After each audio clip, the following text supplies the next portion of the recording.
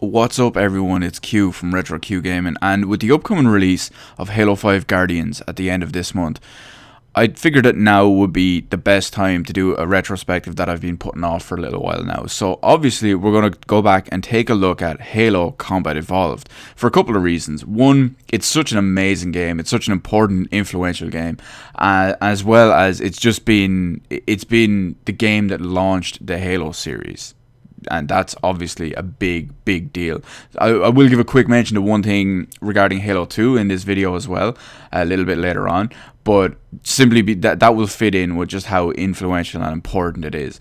As you've also noticed in the title of this video, there will be a little bit of a bonus retrospective in as well, and that's mainly to look at, say, the original Xbox controller and the original Xbox controllers, if you will. There's a reason for that, but that'll be a bit more towards the end of the video.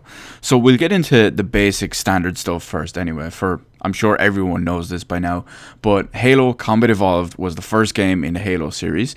It launched on the original Xbox, or as I affectionately call it, the Xbox 180, which I may accidentally just call it out of habit during this video. But it's a military, science fiction, futuristic based first person shooter. Bit of a mouthful right there. Multiple modes, of course. There's a big story based campaign which can be played local co-op. Obviously this was before the advent of Xbox Live, so it would require either split screen co-op, or you could actually do system link co-op, where you could have one person per Xbox and you'd have to have the Xboxes physically connected together with a TV each, most likely in the same room.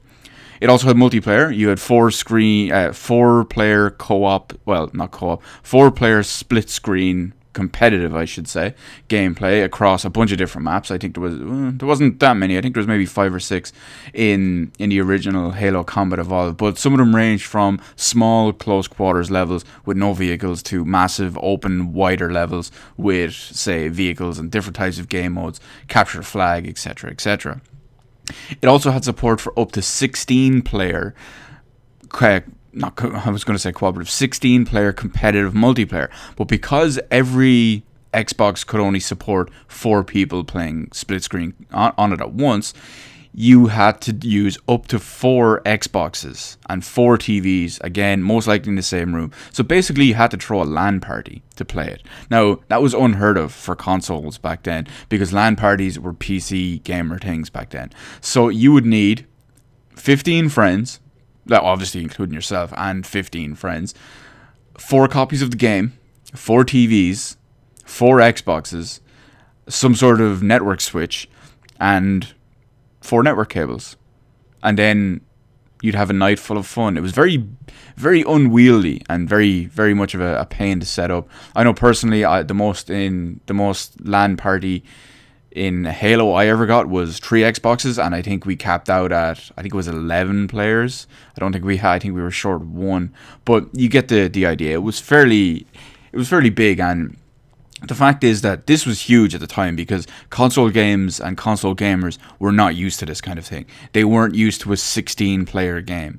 If you were lucky, maybe compared to, say, some of the older games like on a Nintendo 64 or something similar, maybe a Super Nintendo with a multi-tap, you could play maybe a 4-player game if you were lucky. So 4 players on one console, it's been done before.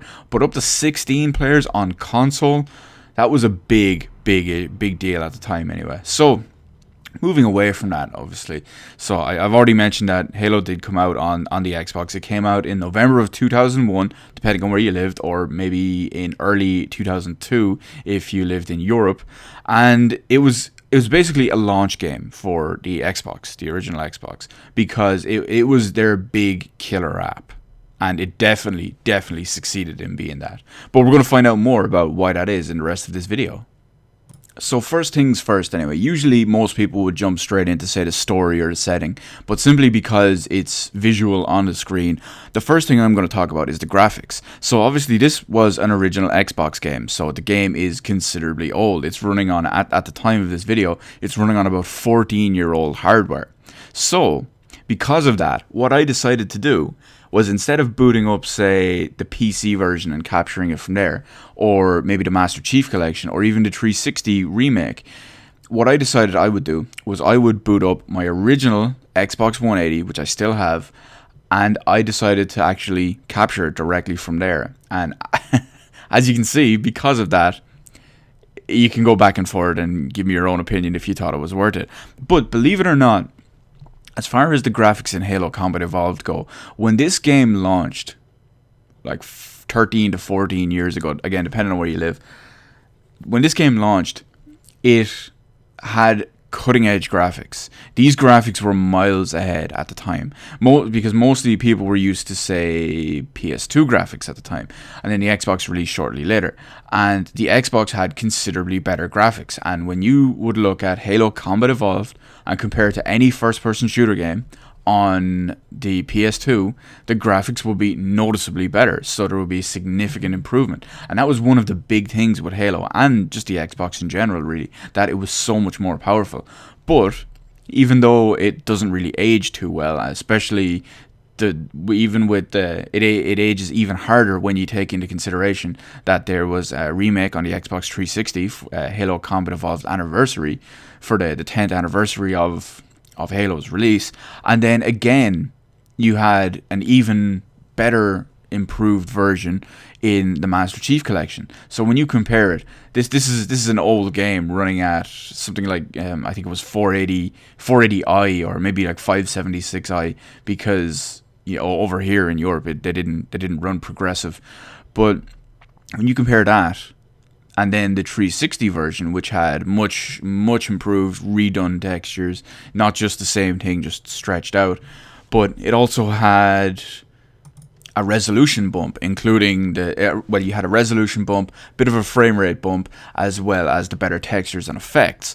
So they were the main things. But then when you compare it to, say, the Xbox One version and Halo Combat Evolved in the Master Chief Collection, that was obviously considerably more improved. You had over double the frame rate, and you had an even bigger 1080p resolution as opposed to the 720p resolution on the Xbox 360 version, and again even lower compared to the Xbox One version.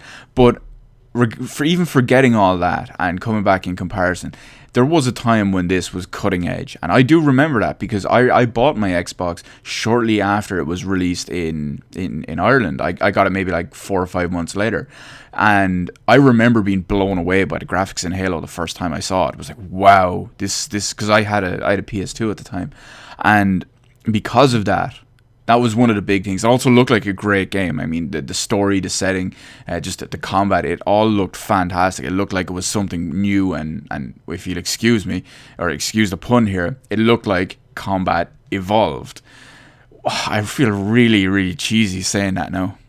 It just came to me, but anyway, so that was the main thing. Some of the big things were the lighting and shadows. Now, by today's standards, okay, yeah, forget about them.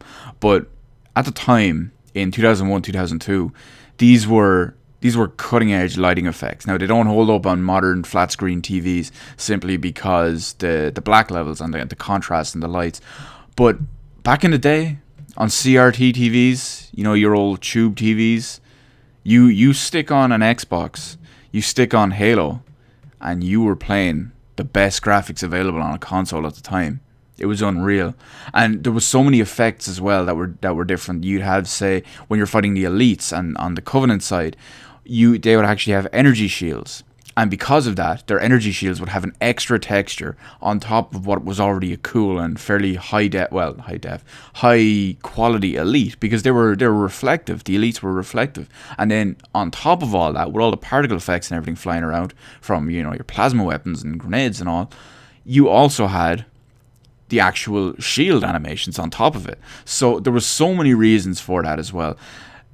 One of the big things too, graphically, is Halo was one of the games to break the trend, essentially, because after the Super Nintendo style days of first person shooters where levels were kind of open-ended to a fairly large extent, when it came to, say, the PS1 and PS2 generation, first-person shooters became very linear. The levels were very short, narrow, and just straight-lined. Halo it didn't completely bring it back to some of the older days, but Halo also brought back some of the more open and slightly choice-based levels in first-person shooter games, and because of that, you could always have nice big open areas and open canyons, open beaches. You'd have all that, and the graphics would reflect it. It gave you, with the graphics and the power of the Xbox, the original Xbox, it would give you something that you couldn't get anywhere else, especially on console. So that was a big thing at the time, because again, you have the big open areas, something that's not very familiar at that point in time to console first-person shooter users, and then you have the graphics to go with it. So that was a big deal at the time. So setting and story is what's coming next. Usually that would be first, but we've already covered visuals and their exception to the rule in this specific case. So after that, we're looking at where and when Halo Combat Evolved takes place. So Halo Combat Evolved starts on a Halcyon class ship called the Pillar of Autumn. Now, the human race are currently at war with an alien race called the Covenant, and the Pillar of Autumn has been tasked with moving some very important cargo away from the Covenant and back to somewhere important that we won't talk about. So the Covenant naturally will attack the ship to get what they want, and that's where you come in. So every available crew member has to be woken from stasis, has to attend their battle stations and attend their duty stations, and that includes you. And you, in this case, would be a Spartan, which is basically a highly genetically modified, highly trained, advanced super soldier in a sense. So you play Petty Officer Master Chief, aka Spartan John 117, and you are awoken from your stasis chamber with specific orders to get to the captain. He has a special mission for you.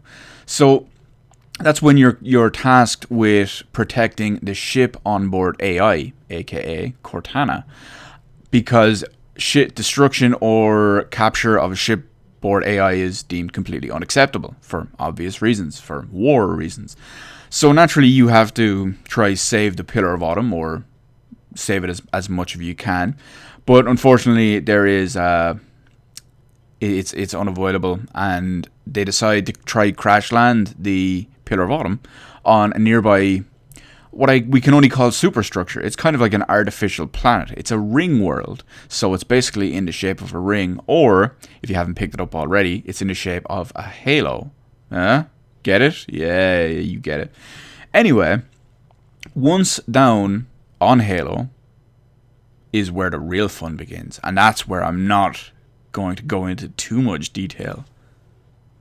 But naturally, Master Chief's objective is to keep Cortana safe and get her back home, or use her to as full advantage to give the Covenant a bit of a fight, if you will.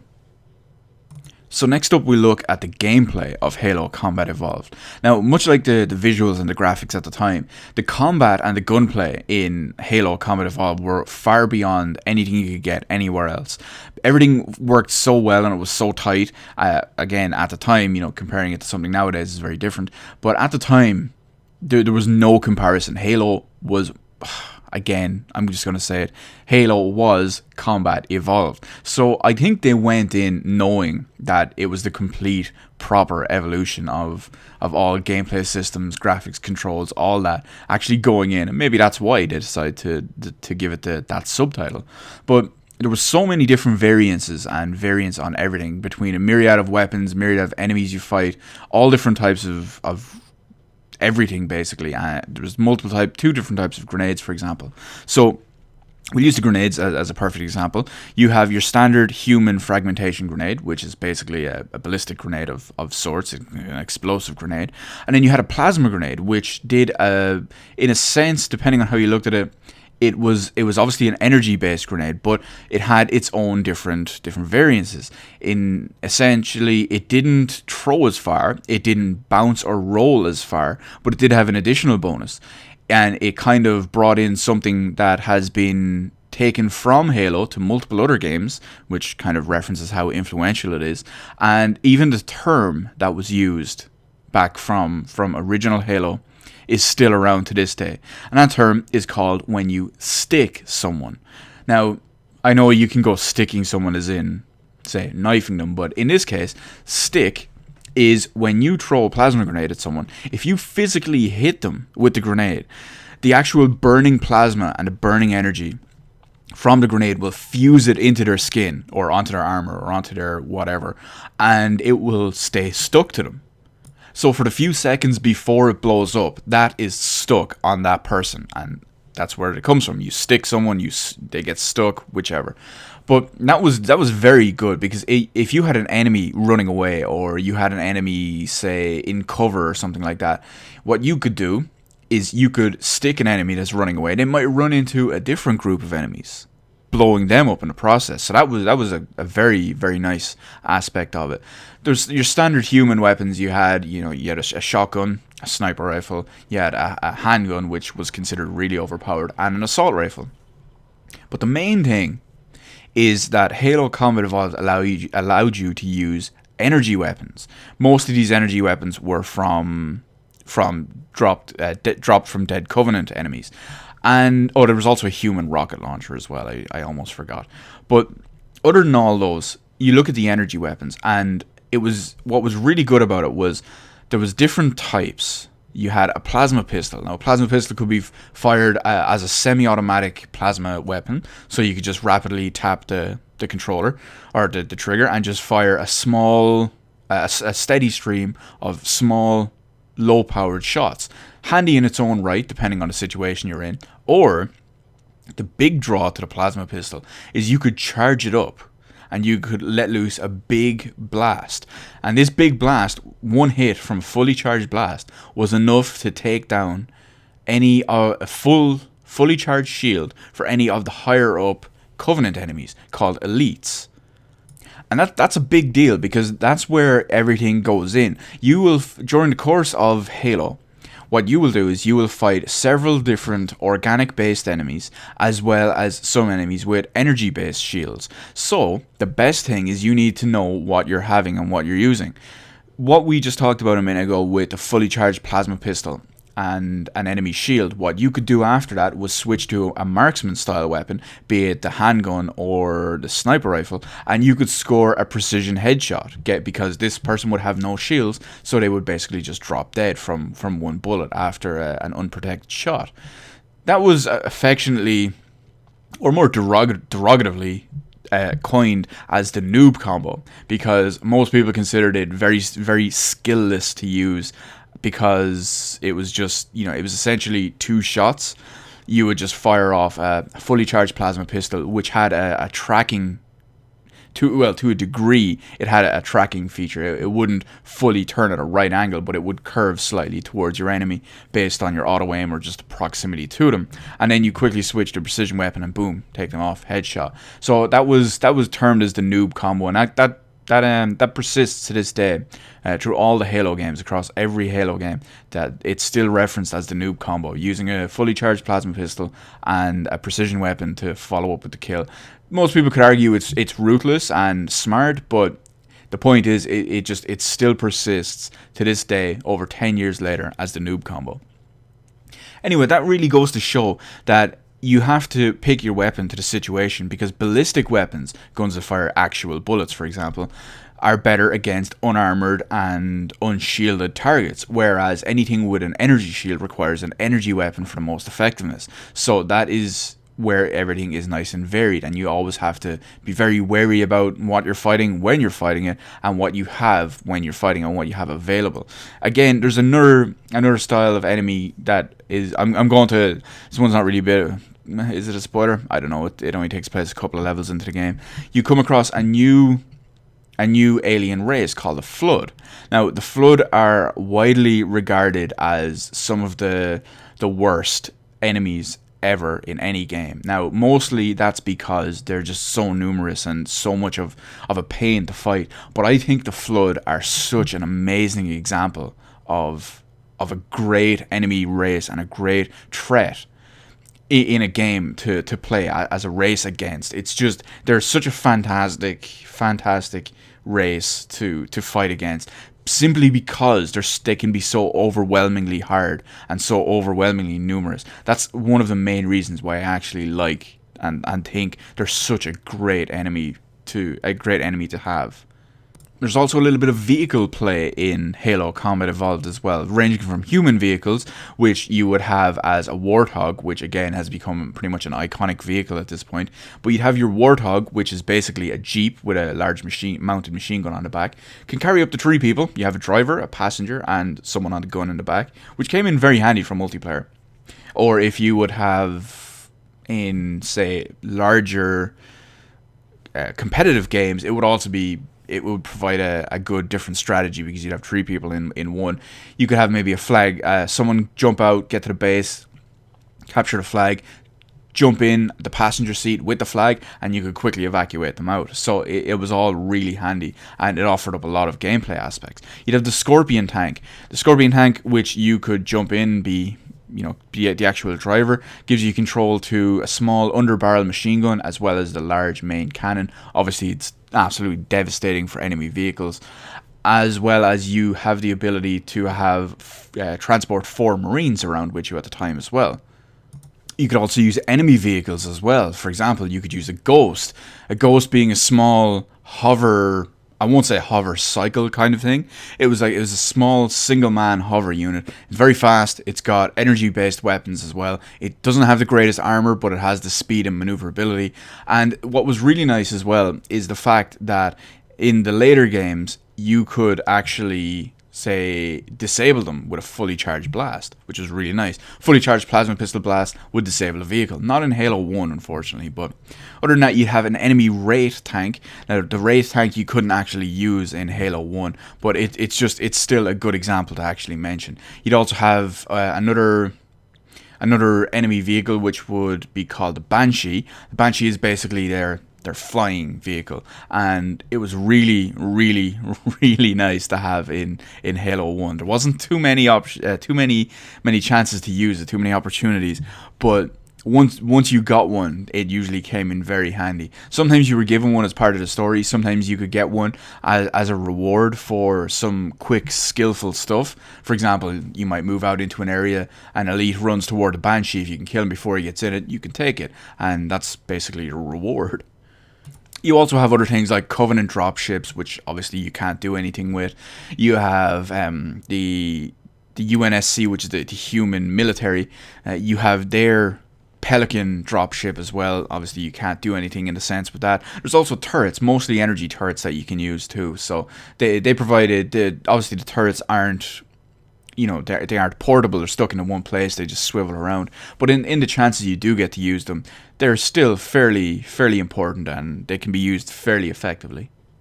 So there's one other little thing real quick that I'll just throw in as well, because I know I mentioned that I would talk about it, is Halo has been known for, it brought graphics to a whole new platform about where they were at the time. It broke beyond that, brought them to a whole new level. The same with the quality of the actual gameplay as well.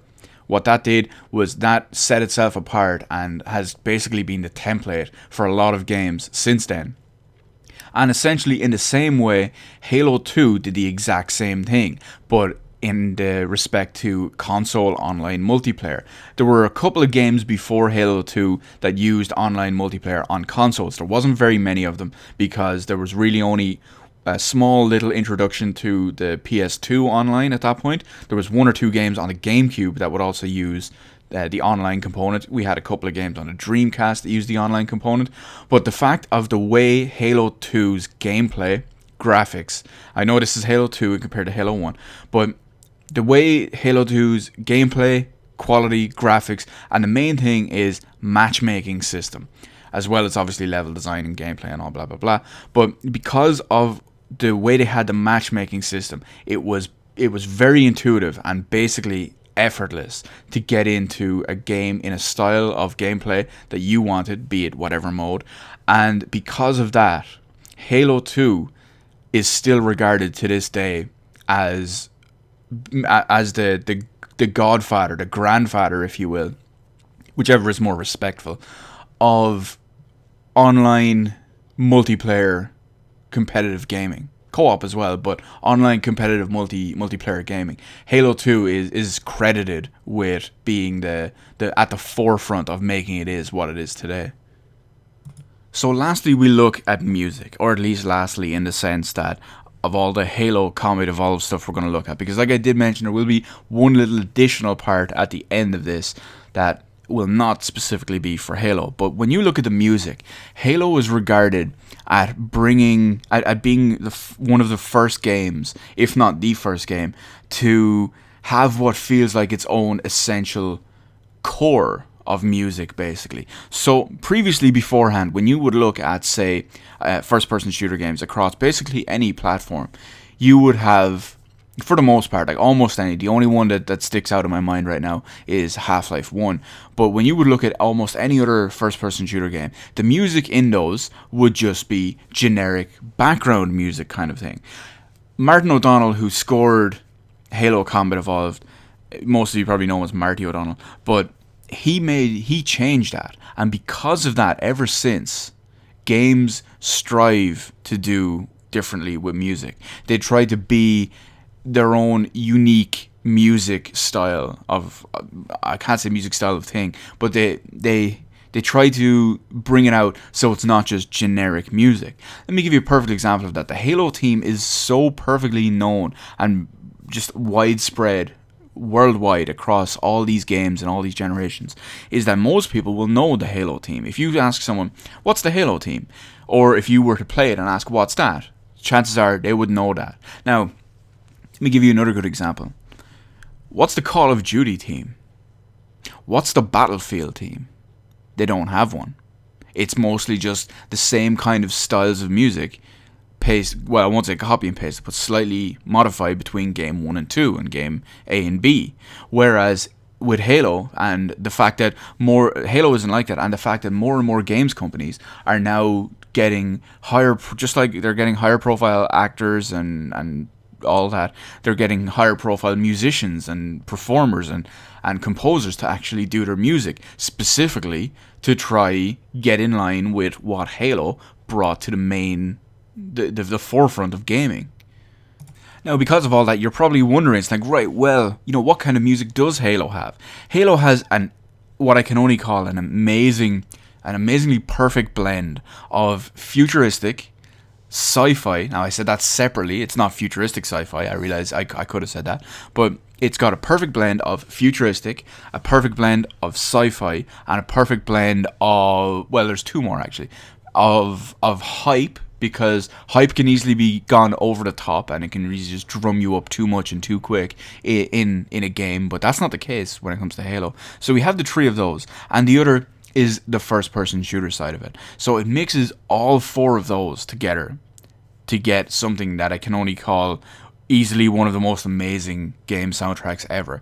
And there's a reason, like I mentioned a minute ago, there's a reason why Halo is regarded, and the Halo series is regarded for their music as well as everything else. It's one of the games that stands out, especially when compared to other first-person shooters. There's basically no competition whatsoever, and because of that is why it's easily one of the most influential games when it comes to music and what other companies have strived to achieve in their game musically since then.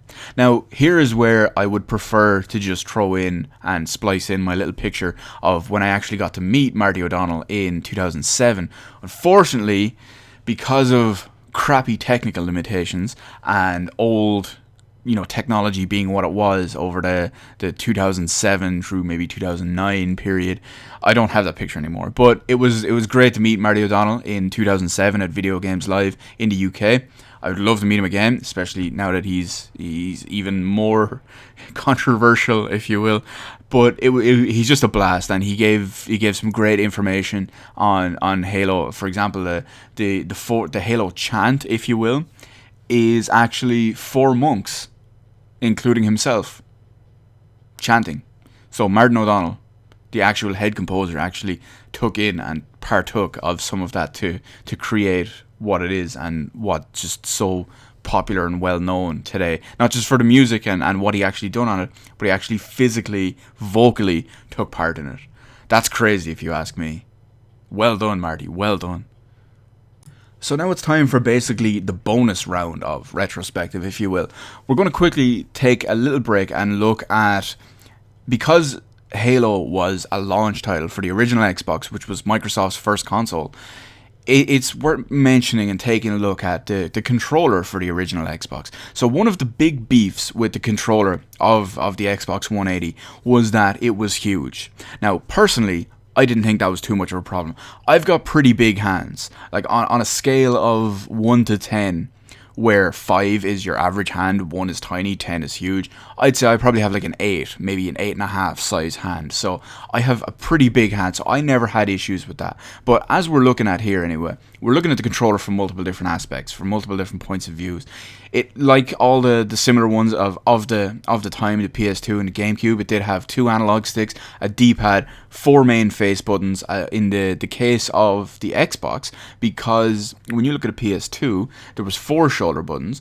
The Xbox didn't do that. The Xbox had 2 triggers at the back, and it had 6 face buttons because of it. So you had A, B, X, Y, as well as the white and black buttons. Now the white and black buttons were, as you can see in the pictures, they're above the standard 4 face buttons. Now, some people, well, a considerable amount of people, personally I didn't have that much of an issue, once again, big hands, was a lot of people had issues with reaching up and pressing them. Now, obviously that's been changed since the following iterations of the console. You have the Xbox 360, instead of having the white and black buttons where they were, you have the actual bumpers, which worked out really well. Same with the Xbox One. The Xbox One bumpers aren't the best, but they're still in the same location, so you get the idea.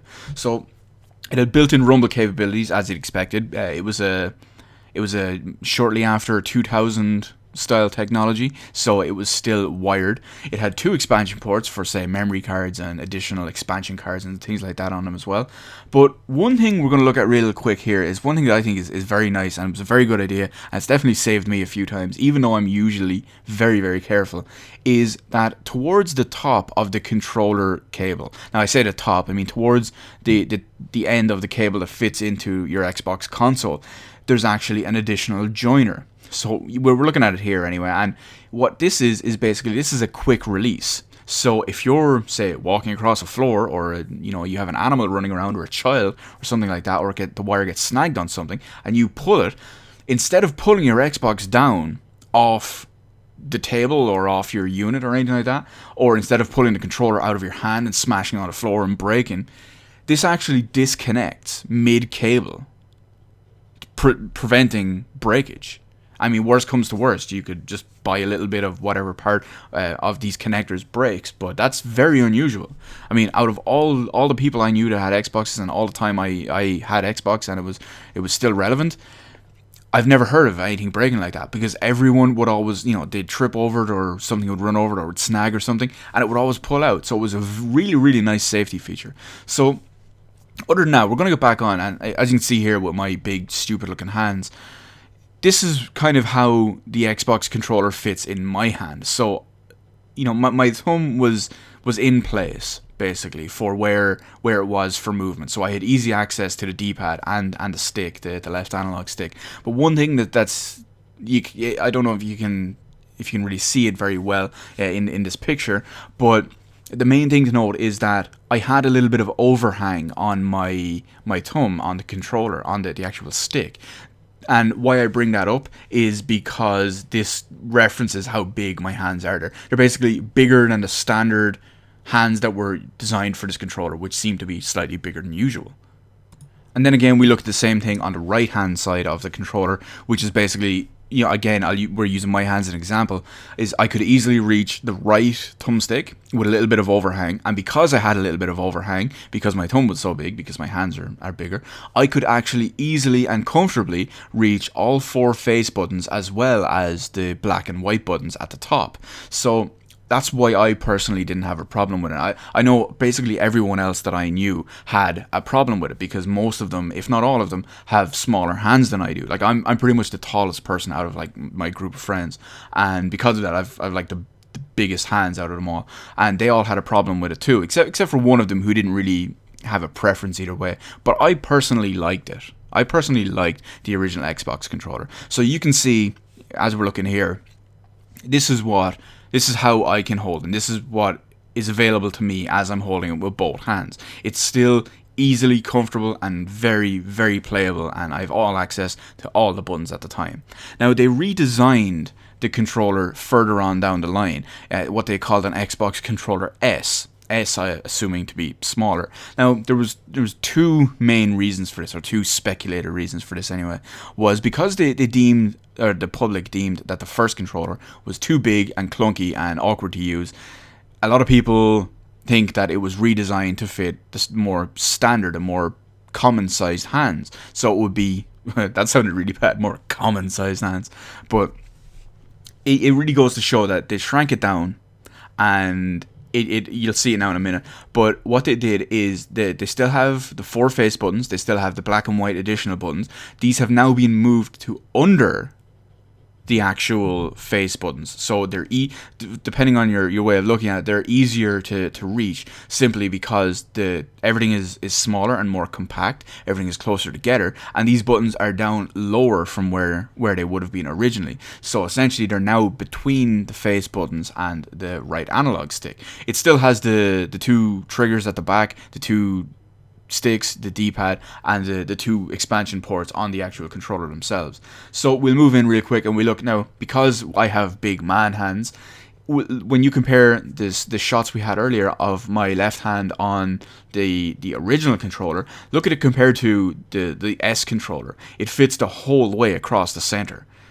So you can imagine there's so much overhang on my thumb, on the thumbstick. Now, I actually used the original controller the entire time. I actually got all my S controllers for multiplayer stuff, so I continued to use my large controller. And then when you look on the right hand side, or the right hand as well, look at how easily I can reach the buttons and how far across I can reach past the buttons as well. It still made the buttons relatively easy, except for black and white. When I was trying to press black and white, because I was so ingrained to the bigger controllers, I'd obviously always reach up the top and it'd never be there. So that was another reason that contributed to me barely, if ever, using the S controller. And as one last comparison, my 2 hands on the controller, I can actually physically touch. It's so small. I can physically touch both my hands together, or at least both my thumbs together, which I just couldn't do on the original controller. So we have a side-by-side comparison through all my terrible photos. You can see that it's visibly smaller, everything is visibly more compact and closer together, as well as the redesign, well, not much redesign, but the replaced white and black buttons. And as another last couple of comparisons, here we have the original Xbox controller, the Xbox controller S, the Xbox 360 controller, and the Xbox One controller. So as you can see, the 360 and the One controller are roughly the same size as the S. They're obviously all significantly smaller than the original Xbox controller. One last little thing, we'll move them all in together just to get a closer, more comparative image between all the sizes and layouts of all 4 controllers. It's mostly for the size reasons, because button wise and layout wise, it's not really much of a difference. The sticks are in the same place, the buttons are basically all in the same place, short of the black and white buttons, which probably you could say became the bumpers on the 360 and Xbox One. But it's a personal preference, really, down to the size of your hands, or down to maybe you bought an Xbox later in the generation, and at that point they were coming with controller S as a standard, and then maybe you were used to that because that was an Xbox controller to you. So that's basically it. That's where we're going to start wrapping up this video. So other than that, we've looked at Halo Combat Evolved in basically every way. We've looked at the Xbox controller and the Xbox controller redesign, which was the S model, simply because Halo launched the Xbox and the Xbox brand and the Xbox series of consoles. And because of that, the controller was there. The controller was there day one, as well as what happened and was changed further down the line, which became the controller S, and then how that influenced then the rest of the controllers of their generational cycles, be it the 360 or the Xbox One. So let me know in the comment section below what you think of Halo in any aspect, in music, art style, aesthetic, graphics, gameplay, whatever. Let me know if you have any stories about some good old Halo times or anything like that that you've personally experienced or that you know of. Let me know if you're a big fan of the Xbox, the original Xbox, what kind of effect it had on the reception with the Xbox 360 and eventually the Xbox One. The same with the controllers. Let me know what you thought of the original controller, if you've ever used it. If you're one of those people that's like, like, wow, that was the original one. I never got to use that. I've always heard about it. Let me know all about that. Let me know what you thought about the redesign. Let me know about what you think about anything that affected from the redesign when it came to designing a 360 or an Xbox One controller. Let me know all of that in the comment section below. Hit the like button, hit the subscribe button. You can follow me on Twitter, details in the description below. Thank you for watching this exceptionally long, poorly constructed retrospective, but oh well, what can you do? I love Halo, that's all I can say. Anyway, let me know all that, comment section below, hit the like button, subscribe, details in the description below. Thank you for watching, and I'll see you in the rest of the videos in my channel.